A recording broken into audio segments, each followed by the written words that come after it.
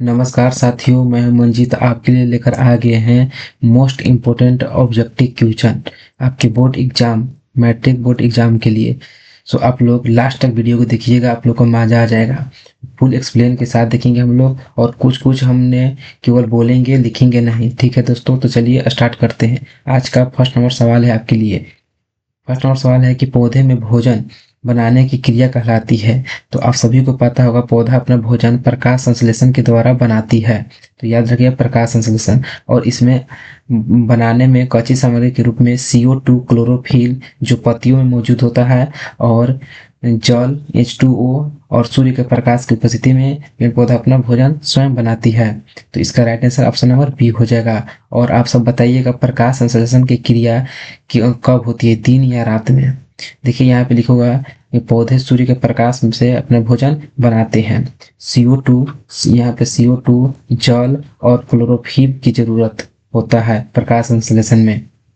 Next देखते हैं, मानव रक्त का रंग लाल क्यों होता है। तो आप सभी को पता होगा कि मानव रक्त का रंग लाल होता है हेमोग्लोबिन के कारण। और हेमोग्लोबिन में कौन सा तत्व मौजूदगी के कारण होता है, तो आयरन के मौजूदगी के कारण। आप सब देखे होंगे घरों में या बाहर कहीं छड़ यानी लोहा पड़ा हुआ होगा, तो उसमें जंग के कारण वह लाल टाइप हो जाता है।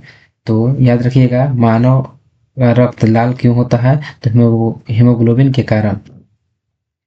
यहाँ पे देखिए, यहाँ पे एक्सप्लेन लिखा हुआ है हेमोग्लोबिन में कौन सा तत्व पाया जाता है, तो आयरन पाया जाता है। और आयरन का क्या संकेत होता है, आप सब कमेंट में बताइएगा, नहीं तो आप लोग मन में बता लीजिएगा, बोलिएगा।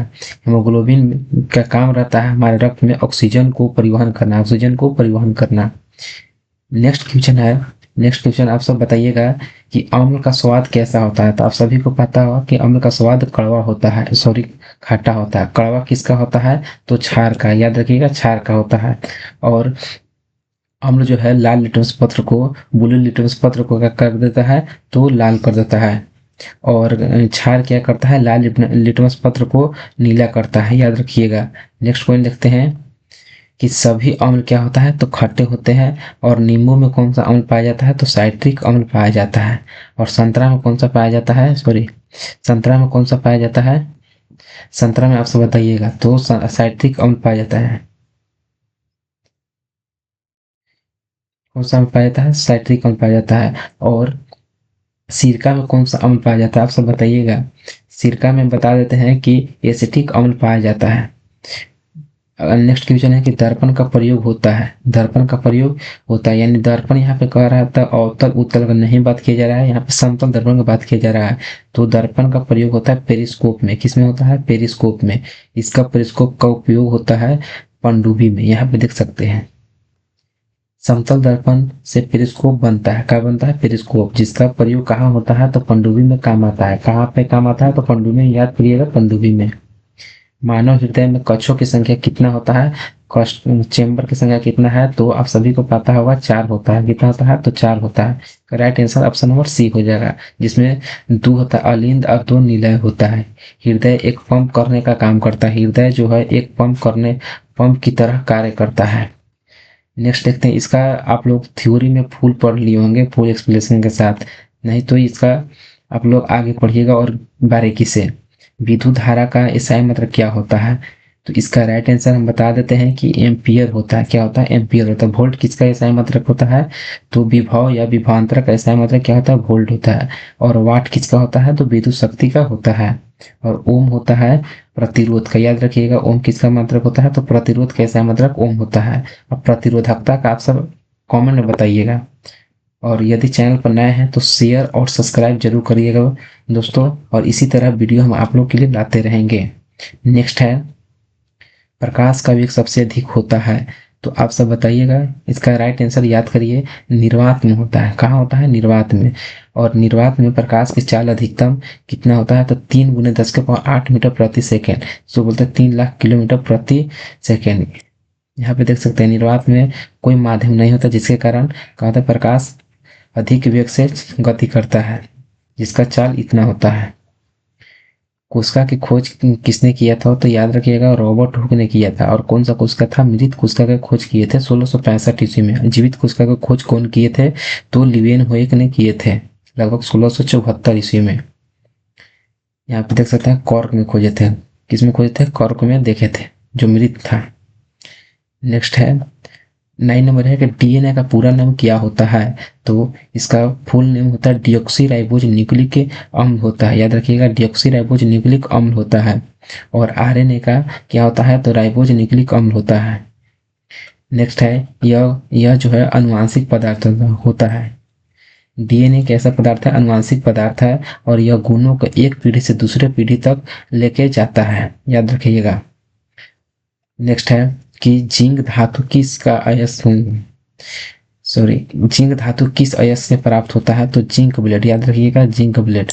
यानी ऐसे पूछता कि जिंक ब्लेड किसका अयस्क है, तो जिंक का अयस्क क्या है? तो जिंक ब्लेड। और बॉक्साइट किसका है? तो एल्युमिनियम की। याद रखिएगा। हेमेटाइट किसका है? तो हेमेटाइट जो है लोहा का अयस्क है। किसका अयस्क है? लोहा का। आप सब बताइएगा कैलामाइन किसका अयस्क है? और अयस्क का संपूर्ण वीडियो इसके पहले वीडियो में बना चुके हैं, आप सब देख लीजिएगा पार्ट 5 में। नेक्स्ट है इसका एक्सप्लेन है कि जिंक ब्लेड का फॉर्मूला होता है ZnS। और जिंक जो है जंग से बचाने का कार्य करता है। 11 नंबर कह रहा है कि पौधे में हरा रंग किस कारण से होता है? तो आप सभी को पता होगा कि क्लोरोफिल वर्णक के कारण, जिसको पर्णहरित भी कहा जाता है। इसमें कौन सा तत्व पाया जाता है? तो मैग्नीशियम पाया जाता है। याद रखिएगा, मैग्नीशियम तत्व पाया जाता है क्लोरोफिल में। क्लोरोफिल यह प्रकाश ऊर्जा को क्या करता है? ग्रहण करता है, यानी पकड़ता है, और भोजन बनाने में मदद सहायक करता है। नेक्स्ट है कि सिरका में इसके पहले बताया सिरका में कौन सा अम्ल पाया जाता है? तो याद रखिएगा एसिटिक अम्ल पाया जाता है, जिसका फॉर्मूला होता है CH3COOH होता है। तो याद रखिएगा। नेक्स्ट क्वेश्चन की बात किया जाए, देखिए यहाँ पे लिखा हुआ है सिरका में एसिटिक अम्ल पाया जाता है, इसका सूत्र होता है CH3COOH होता है। नेक्स्ट है कि मानव शरीर की सबसे बड़ी ग्रंथि का क्या नाम है? तो याद करिए आप लोग, मानव शरीर की सबसे बड़ी ग्रंथि होता है यकृत होता है। कौन सा होता है? यकृत होता है। याद रखिएगा, मानव शरीर की सबसे बड़ी ग्रंथि यकृत होता है। और मिश्रित ग्रंथि अग्नाशय को कहा जाता है। याद रखिएगा आप लोग, मिश्रित ग्रंथि किसको कहा जाता है? तो अग्नाशय को कहा जाता है। नेक्स्ट याद करिए, यहाँ पे देखिए यकृत जो है सबसे बड़ी ग्रंथि है, पित्त बनाता है। क्या बनाता है? पित्त का निर्माण करता है, जो पित्ताशय में जाकर जमा हो जाता है। नेक्स्ट है ध्वनि तरंगे होती है। तो याद रखिएगा, ध्वनि तरंगे होती है। ऑप्शन नंबर सी याद करिए, अनुदैर्घ्य होती है। क्या होती है? अनुदैर्घ्य होती है। नेक्स्ट है कि ध्वनि, यहाँ पे देखिए उसी का पॉइंट है, ध्वनि माध्यम में फैलती है जबकि निर्वात में नहीं फैलती। अंतरिक्ष में आप लोग देखे होंगे या वीडियो में देखे होंगे कि अंतरिक्ष में किसी का एक दूसरे कोई भी आवाज नहीं सुन सकता है।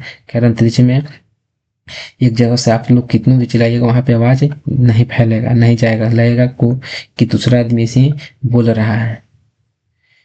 नेक्स्ट है, और एक चीज और बताइए, ध्वनि की चाल सबसे अधिक होती है कहाँ? ठोस में, द्रव में, या गैस में? आप सब बताइएगा। मानव नेत्र में कौन सा भाग नियंत्रित करता है? सॉरी, प्रकाश को नियंत्रित करता है। तो याद करिए आप लोग, पुतली नियंत्रित करता है। कौन? पुतली प्रकाश की मात्रा क्या करता है? नियंत्रित करता है। तेज प्रकाश में जाते ही हमारा आंख बिचला जाता है, या कुछ भी कह सकते हैं, और कॉर्निया को दान दिया जाता है। याद रखिए, नेत्र का कौन सा पार्ट दान दिया जाता है? तो कॉर्निया। रेटिना पर प्रकाश बनता है। और कौन सा लेंस होता है? आप सब कमेंट में बताइएगा, नहीं तो आप लोग मन में आप सब याद कर लीजिएगा। नेक्स्ट है पुतली, यहाँ पे देखिए प्रकाश की मात्रा को नियंत्रित करता है, यहाँ पे लिखा हुआ है। नेक्स्ट है विद्युत बल्ब का फिलामेंट किसका बना होता है? फिलामेंट किसका बना होता है? तो याद करिए टंगस्टन का। किसका बना होता है? तो टंगस्टन का बना होता है। इसका गलनांक कितना होता है? तो लगभग 3000 डिग्री सेल्सियस। अधिकतम गलनांक के कारण इसका उपयोग विद्युत बल्ब में किया जाता है, क्योंकि अधिक गर्म ताप सह सके। यहाँ देखिए ज्यादा गर्मी सह सके, यहाँ पर लिखा हुआ है ज्यादा गर्मी सह सके, इसलिए उपयोग किया जाता है टंगस्टन का। पौधे में जल ऊपर कैसे चढ़ता है? तो आप लोग याद करिए, वाष्पोत्सर्जन खिंचाव के कारण। जैसे कि यहाँ पे दे रखा है विसरण, अपसारण, वाष्पोत्सर्जन, प्रसरण। याद करिए वाष्पोत्सर्जन खिंचाव कारण। जब भी वाष्प के रूप में जल जो है पौधा से बाहर निकलता है पत्तियों के द्वारा, तो वहां पे क्या हो रहा है कि वहां पे जल की कमी हो जा रहा है, तो नीचे से ऊपर की ओर खिंचाव होता है, वाष्पोत्सर्जन खिंचाव के कारण। ठीक है, नेक्स्ट बढ़ते हैं। जैसे एक नदी में पूरा पानी भरा हुआ है, एक में सूखा हुआ है, दोनों कनेक्ट कर दिया जाए तो जो भरा रहेगा पानी उसमें से अपरूपी सूखा हुआ नदी में चल जाएगा। नेक्स्ट है पत्तियों से पानी उड़ने का खिंचाव, ये तो ये इसे बोलते हैं ट्रांसपिरेशन कहा जाता है, याद रखिए ट्रांसपिरेशन पुल कहा जाता है। रक्त का पीएच मान लगभग कितना होता है, तो याद करिए 7.4 होता है। रक्त का पीएच मान कितना होता है, तो 7.4 होता है। अम्लीय जल का पीएच मान कितना होता है, तो 5.5 होता है, याद रखिएगा 5.5 होता है। और लार का पीएच मान 6.5 से लगभग 7 या 5 तक होता है, क्योंकि खाने से पहले 7 पॉइंट कुछ के आसपास होता है, और खाने के बाद जो है हमारे दांत में खाद्य कण फंसा हुआ रहता है, बैक्टीरिया उससे अभिक्रिया करके उसे अम्लीय बनाने की कोशिश करता है, जिसके कारण कुछ मात्रा में अम्लीय होता है, कुछ मात्रा में क्षारीय होता है। तो याद रखिएगा 6.5 और 7.4 के बीच होता है लार का पीएच मान। नेक्स्ट देखते हैं, यहाँ पे देखिए रक्त थोड़ा क्षारीय होता है, पीएच बिगड़ने पर बीमार हो सकते हैं। नेक्स्ट है ओजोन परत किससे बचाती है, तो याद करिए अल्ट्रावायलेट किरण से, यानी पराबैंगनी किरण से। अगर पराबैंगनी किरण आ जाएगा तो डायरेक्ट हमारे स्किन पर पड़ेगा, और वो स्किन को हमारे शरीर में कैंसर उत्पन्न करने में बहुत ज़्यादा योगदान होता है अल्ट्रावायलेट किरण को, याद करिएगा। इसे ओजोन परत रोकता है। ओजोन परत का फॉर्मूला क्या होता है, तो याद रखिएगा ओजोन का फॉर्मूला था O3, याद करिए। यहाँ पे देख सकते हैं अल्ट्रावायलेट किरण हानिकारक होता है, और यह कैंसर से बचाने का काम करता है ओजोन परत। कौन सा परत, ओजोन परत। धातु की ऊष्मा चालकता कैसी होती है, तो क्या होता है इसका, याद करिए अधिक होती है। यह भी कई बार आपके बोर्ड एग्जाम में पूछ चुका है, धातु की ऊष्मा चालकता कैसी होती है, तो अधिक होती है। इसका धातु जो है ऊष्मा की अच्छी चालक होती है। धातु जो है ऊष्मा ऊष्मा के पूछ देगा कि कौन निम्न में कौन ऊष्मा के अच्छा चालक होते हैं, धातु, अधातु, धातु सभी दे देगा, तो कौन सा होगा, धातु ही होगा। और इसीलिए बर्तन धातु के बने होते हैं। विद्युत का सर्वोत्तम अच्छा चालक, विद्युत के बोला गया तो चांदी, विद्युत का सबसे अच्छा चालक कौन होता है, तो चांदी होता है। और चांदी नहीं रहेगा तो कौन रहेगा, तांबा रहेगा। कौन रहेगा, तांबा, कॉपर। फिर रहेगा सोना रहेगा, और हम रहेगा एल्युमिनियम रहेगा, याद करिएगा एल्युमिनियम। याद करिए विद्युत का सबसे अच्छा चालक चांदी, चांदी नहीं ऑप्शन में रहेगा तो कौन रहेगा, कॉपर। ज्यादातर तार किसका बना होता है, कॉपर का। ये दोनों कॉस्टली हो जाता है, जिसके कारण इसका उपयोग नहीं के बराबर रहता है।